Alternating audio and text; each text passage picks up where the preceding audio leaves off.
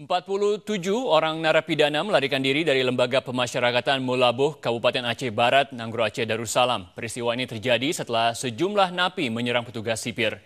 Peristiwa ini terjadi saat pintu LP dibuka untuk memasukkan tahanan baru. Dengan memanfaatkan kondisi itu, puluhan napi menyerang petugas LP dengan menggunakan pisau.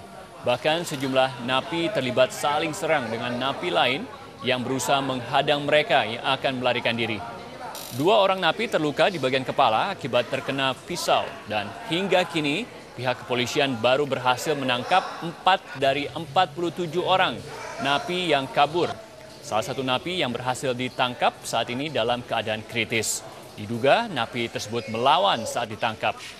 Untuk menangkap kembali para napi yang kabur, pihak lapas dibantu polisi dan TNI terus menyisir hutan yang diduga menjadi tempat persembunyian para napi. Sudah keluar ya? Pulang ya?